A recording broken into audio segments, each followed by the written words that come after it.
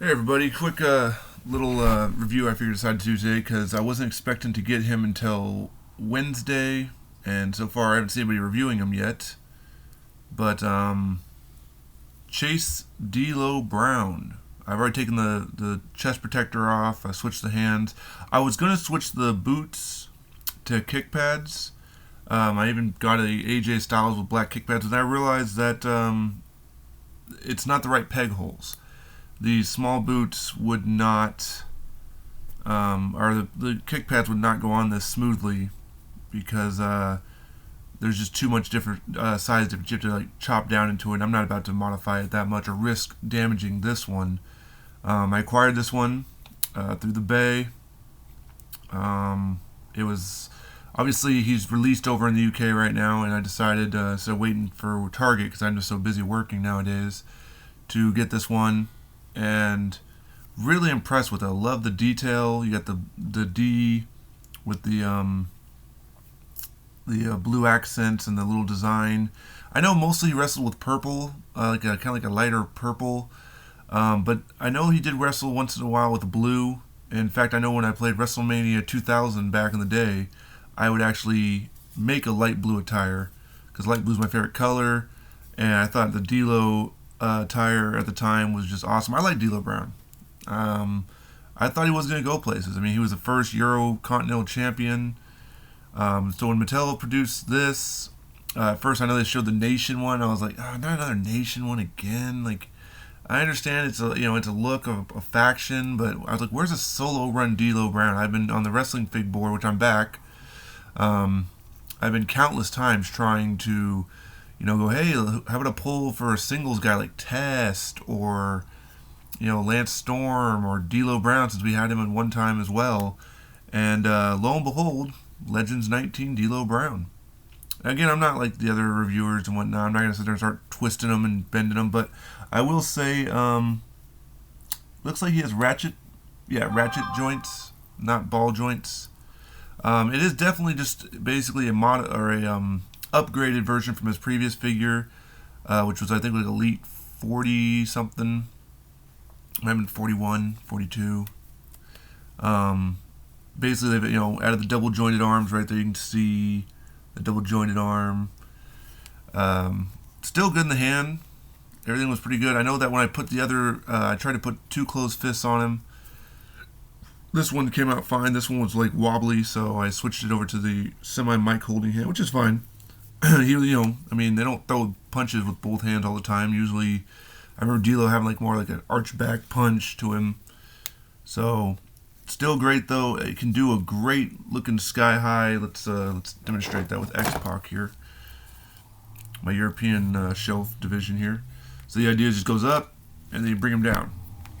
I probably should get a picture of the ring and show that. But for those who don't know, kids who are maybe watching this, then of course he has a lowdown, which he jumped up. He would actually like that. He'd actually put his hands through and then come back out and go for the splash. So he had a really underrated the lowdown, I think it was called. You had sky high, which he lifts you up, and he'd just slam you down and land on his butt, kind of thing, which is a cool move. Then he'd like basically kick the legs up to pin afterwards. As time went on, he would just basically just kind of do this and then just put like one hand on your chest and just sit there as is. So, really cool figure. Of course, he was a Intercontinental Champion, but majority of the time he was the European Champion. And so, just obviously not enough love for that belt, not enough love for the. I think we've still missing a few other people. I'd like to see a William Regal get an or an upgrade, maybe not an ultimate, but like an Elite Plus would be nice. Maybe here redo his legend or his Elite 8, since that was kind of like his last run towards the World Championship before he screwed himself over. Of course, his Intercontinental run was not bad.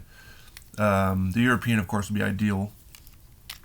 It double for WCW figure as well because he wore that same exact tire in WCW. But yeah, there's Legends 19 D'Lo Brown. Now, of course, we got about 2 or 3 months before the new Mr. Perfect and Greg Valentine come out. But this is the newest one. It should be popping up, I would imagine, in the stateside here sometime in July. I had pre-ordered 2 regulars off of Target, hoping that maybe I'd get the chase. And then I said, you know what, the heck with it. Let's just go on there. Found him. It cost me $60, but when you're as busy as I am and you work nonstop and you've got to run a store and you've also got 2 jobs where you're just constantly working all the time, it's better just to pay the money, I think, and then have to not go on the hunt. I don't get to do the hunts anymore because I just don't have the time. Yeah, I'm surrounded by like 9 or 10 targets in my vicinity, but there's no time for me to go do that anymore. So if you get a chance to get the chase version, definitely worth it. Just like the Ken Shamrock, just a sick figure. The only thing I gripe a little bit is I wish they were kick pads. I wish they had,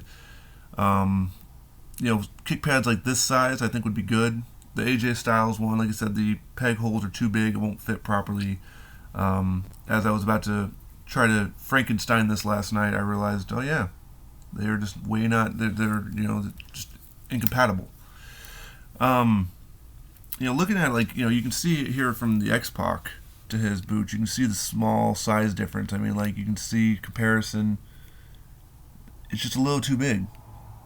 And that's not, I'm not sitting there saying they'd change it.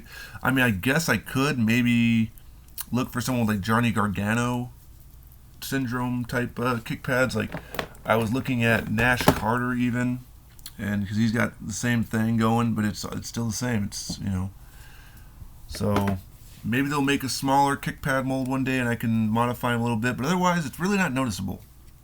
I mean, if you're just a displayer, you're not going to notice it.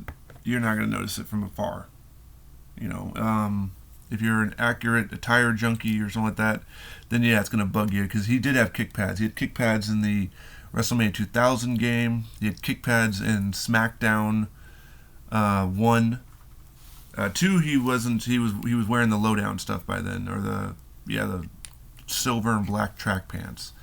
So prime D'Lo Brown, singles run D'Lo Brown, perfect for the Mid Carter collection, the Attitude Era Mid Carter collection.